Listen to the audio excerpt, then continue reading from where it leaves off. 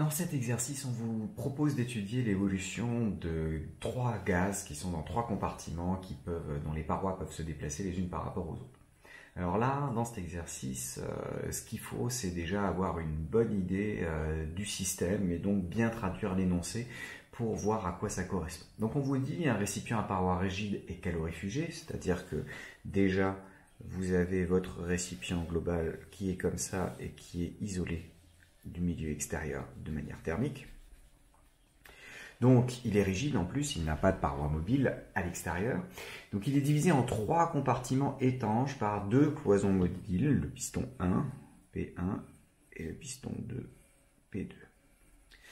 Au début, on a le même nombre de moles, une mole dans chaque compartiment. Chaque compartiment a le même volume, la même pression, et de fait, par la loi des gaz parfaits, la même température.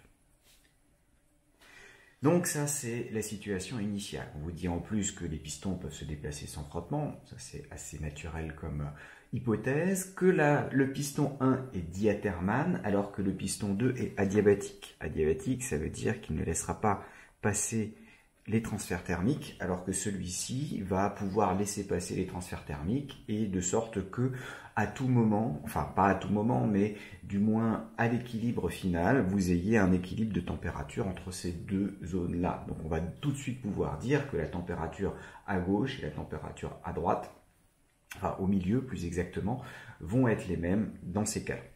Un générateur électrique fournit de l'énergie au gaz dans le compartiment numéro 1, c'est-à-dire que vous mettez ici une résistance avec un générateur qui va fournir un travail électrique à votre système. Donc le premier va recevoir de l'énergie par l'intermédiaire d'un résistor. Alors on note R0 parce que pour pas confondre avec le R, la constante des gaz parfaits, et on a un courant I0 qui traverse ce système pendant une durée tau, et notre but va être de déterminer un petit peu la valeur de cette durée tau. Donc même température, même pression initialement, même volume, constante des gaz parfaits, on a le gamma, donc là tout va bien, l'énoncé ne fait que redonner des choses déjà bien connues. Le courant est suffisamment faible pour que le système évolue lentement, c'est-à-dire qu'à tout moment on va pouvoir dire qu'il y a équilibre thermique, notamment ici, que la pression est bien définie, que la température est bien définie dans chacun des systèmes, et on arrête le chauffage quand dans le compartiment 3, à la température finale, on a une température finale dans le compartiment 3 qui vaut A fois la température de départ, avec A qui est positif, c'est-à-dire que le système s'est échauffé. Alors on va faire un petit dessin pour avoir une idée de ce qui va se passer. Quand vous allez avoir le chauffage ici, la puissance dissipée par effet Joule va être donnée sous forme de transfert thermique à votre gaz. Donc le gaz qui est dans ce compartiment-là n'a pas d'évolution qui va être une évolution adiabatique puisqu'il reçoit un transfert thermique de la part de la résistance. Ce gaz va pouvoir échanger thermiquement avec le gaz d'à côté. Donc le gaz d'à côté n'a pas non plus une évolution adiabatique. Mais le fait de recevoir un transfert thermique et pas de travail mécanique fait que forcément sa température va avoir tendance à augmenter. Si la température augmente, le gaz pousse sur les côtés et va donc avoir tendance à pousser sur ce piston-là. Donc on va avoir le piston qui se déplace vers la droite. Le gaz d'à côté reçoit, étant donné que lui, il augmente en température, celui-ci va devoir suivre, et comme les transferts thermiques vont du chaud vers le froid, il va recevoir un transfert thermique pour voir sa température augmenter aussi. Donc, celui-ci a une température qui augmente, et pour les mêmes raisons qu'avant, du coup, il va se mettre à pousser. Il est déjà poussé à gauche, donc il va pousser encore plus à droite, et vous allez vous retrouver avec un gaz dans le compartiment 3 qui lui est comprimé puisqu'il est coincé par le bord du cylindre, le bord du récipient global, et ce récipient-là, il est rigide.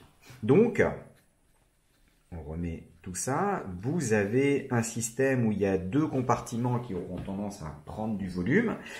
qui auront la même température, même nombre de moles. On va tout de suite dire après qu'ils auront aussi la même pression, donc en fait ils devront occuper le même volume. Et puis le troisième qui va effectivement se faire comprimer. Et ce troisième, comme vous voyez, il a ici les trois parois du récipient qui sont adiabatiques, plus le piston qui est aussi adiabatique. Il n'y a rien d'autre qui puisse donner un transfert thermique puisqu'il est complètement isolé de l'extérieur. Donc lui, ce troisième point, il a une évolution adiabatique.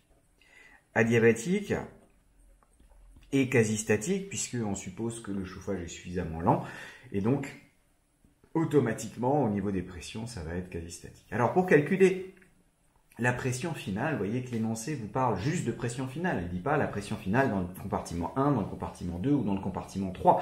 Elle parle de pression finale. Donc ça, c'est déjà pour ceux qui n'auraient pas compris ou pas vu tout de suite pourquoi est-ce que ce sera la même.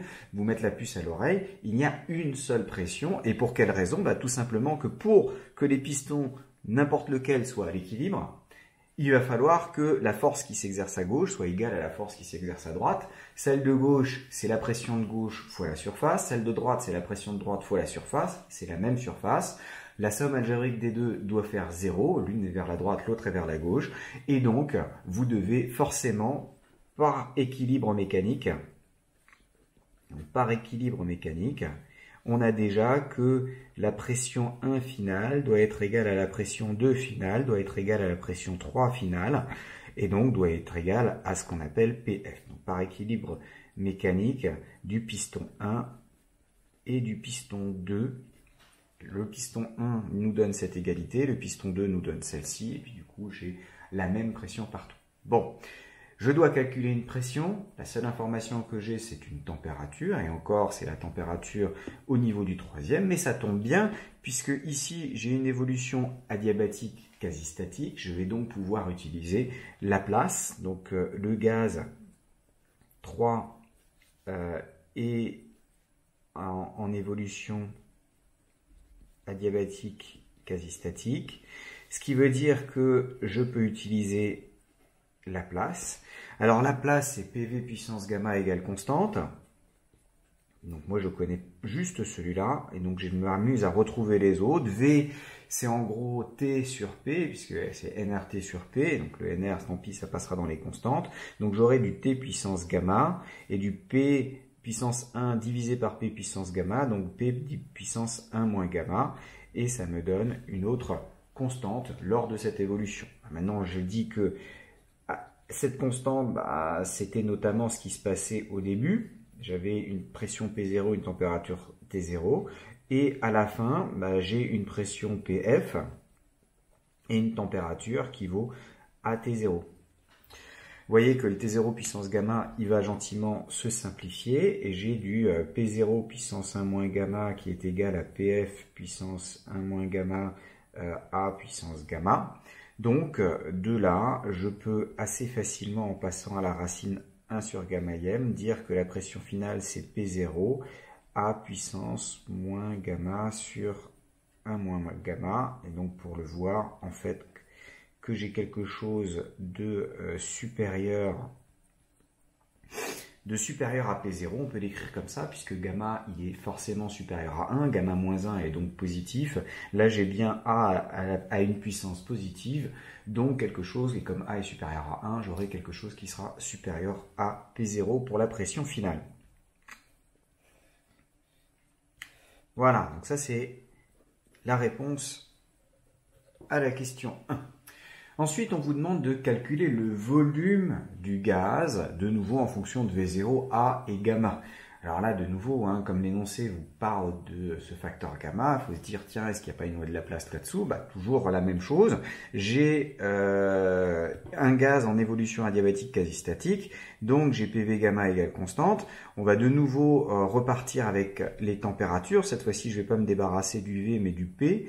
P, c'est nRT sur V, donc je dois avoir que T multiplié par V puissance gamma moins 1 doit être égal, elle aussi, à une constante, encore une autre, mais lors de l'évolution, c'est pareil. Donc j'ai T0, V0 puissance gamma moins 1, qui doit être égal à AT0 V final, V3 final, parce que cette fois-ci on a vu que les volumes ne seront pas les mêmes pour tout le monde, puissance gamma moins 1.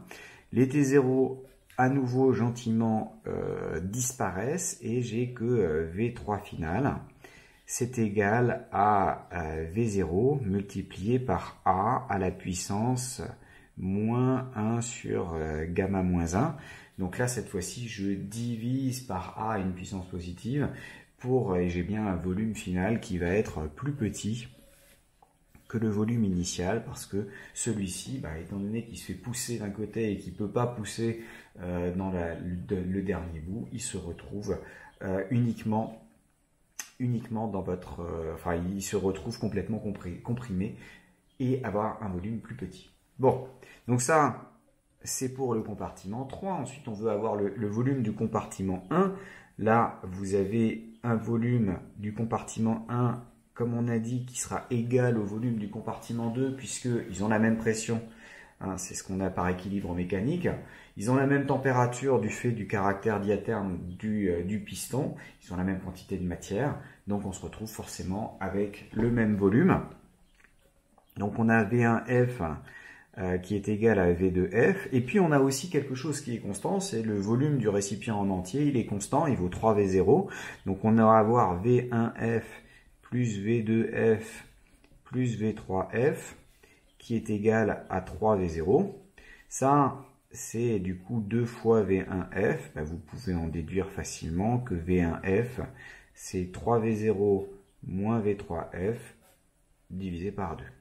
Étant donné qu'on connaît V3F en fonction de A, de gamma et de V0, vous voyez que je peux mettre V0 en facteur de 3 moins A à la puissance 1 sur gamma moins 1 divisé par 2. Donc on a une expression explicite de ce volume et on se retrouve avec un volume dont ce truc-là doit vraisemblablement être supérieur à 1 puisque étant donné que lui il a diminué en taille, forcément les deux autres vont augmenter en taille. C'est bien ce que intuitivement on s'attendait à avoir. Alors en déduire la température finale du gaz dans le premier compartiment, alors là c'est encore une fois relativement simple. Vous avez que dans le premier compartiment, P1V1 à la valeur finale doit être égal au N0 RT1 à la valeur finale. Et on a P1 qui est PF, du coup qui vaut P0 à puissance gamma sur gamma moins 1. On a V1 qui vaut V0 facteur de 3 moins A sur A la puissance 1 sur gamma moins 1 divisé par 2.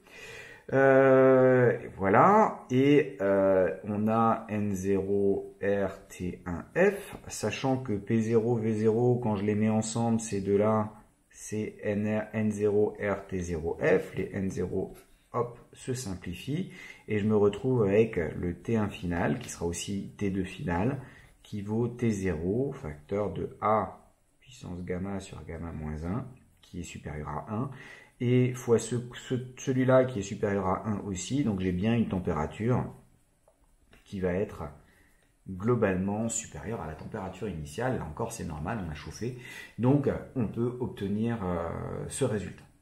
Finalement, calculer le travail qui a été fourni par le générateur en fonction de tout le reste et des températures de R, de gamma et des différentes températures. Donc là, on va pas revenir de nouveau à l'expression fondamentale, mais on va essayer de raisonner pour avoir le travail fourni par le générateur. Bon, si on regarde, cette fois-ci, notre système, c'est tout le récipient avec les 3 gaz. Donc les 3 compartiments, les 3 gaz dans les 3 compartiments. Ils reçoivent quoi ? Et puis on va même mettre la résistance R0 dedans. Donc là, mon système, c'est tout ce qui est à l'intérieur de ce récipient. Est-ce qu'il reçoit un travail mécanique dû aux forces pressantes, ce système-là? Non, parce que le volume global de votre système reste constant. Donc le travail mécanique dû aux forces pressantes, il est nul. Deuxièmement, est-ce qu'il reçoit un transfert thermique? Attention, hein, j'ai mis la résistance dans le système. Est-ce qu'il reçoit un transfert thermique? Non, puisque là aussi, tout est isolé, aucun transfert thermique ne peut rentrer. En revanche, il reçoit un travail mécanique, un travail électrique. Donc, si j'écris le premier principe, je vais pouvoir dire que le premier principe, c'est le travail électrique du générateur, plus le travail mécanique des forces pressantes, plus le transfert thermique. Lui, il est nul parce que on reste à un volume global. Notre enceinte et notre récipient est indéformable, donc le volume global reste inchangé. Lui, il est nul parce que l'enceinte, elle est calorifugée. Donc il n'y a absolument rien qui est reçu du point de vue transfert thermique. De nouveau, hein, je vous répète, j'ai mis R0 dans le système, parce qu'il y a bien un transfert thermique qui est fourni de R0 au gaz, mais si je mets R0 dans le système, c'est un transfert interne, et donc que je n'ai pas à considérer dans le premier principe. Donc la seule chose qui me reste, c'est le travail électrique. Et le travail électrique, c'est la puissance. Donc la puissance reçue par le résistor, donc R0 I0 carré, multiplié par taux. Il ne me reste plus qu'à essayer de déterminer la variation, puisque finalement le travail électrique, c'est celui-ci qu'on veut déterminer. Il ne me reste plus qu'obtenir la variation d'énergie interne de mon système en disant que voilà, c'est facile. Cette variation d'énergie interne, delta U, c'est delta U pour le gaz 1, plus la variation d'énergie interne pour le gaz 2, plus la variation d'énergie interne pour le gaz 3.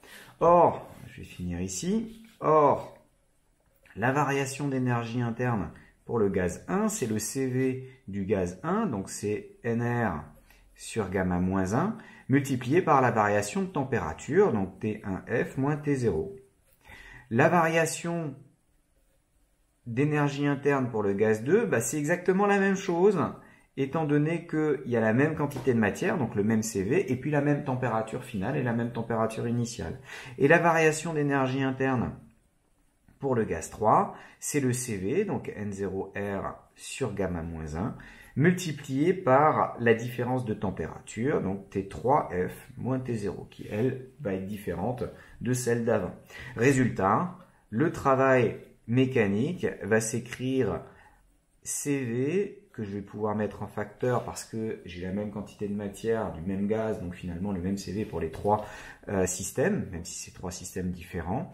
Facteur de 2 fois T1F plus T3F moins 3 fois T0. Et là, j'ai le résultat voulu avec le travail mécanique pour ce système. Donc là, à retenir, premièrement, bien chercher quels sont les gaz qui évoluent effectivement de manière adiabatique. Ce n'est le cas que pour le gaz dans le troisième, puisque celui-ci reçoit un transfert thermique de la part de la résistance. Donc quand on prend, et bien sûr pour appliquer la place, on a besoin d'avoir uniquement un gaz parfait. On ne peut pas dire je prends le gaz parfait plus la résistance, ça ne marche pas. Donc on a besoin que de la gaz parfait qui évolue de manière adiabatique. Et ensuite, une fois qu'on a ça, on déroule, et de proche en proche, on peut trouver la pression, le volume complémentaire, la pression ou la température par la loi des gaz parfaits, etc. Et puis finalement, en déduire des choses avec application du premier principe pour obtenir des informations sur le travail électrique. Et avec ça, on serait capable de trouver, par exemple, le temps qu'on chauffe, étant donné le A qu'on veut viser, par exemple en doublant la température, en triplant la température, ce qui fera déjà pas mal, puisque je vous rappelle que les températures doivent forcément être en Kelvin pour pouvoir être utilisées dans ces relations-là avec la loi de la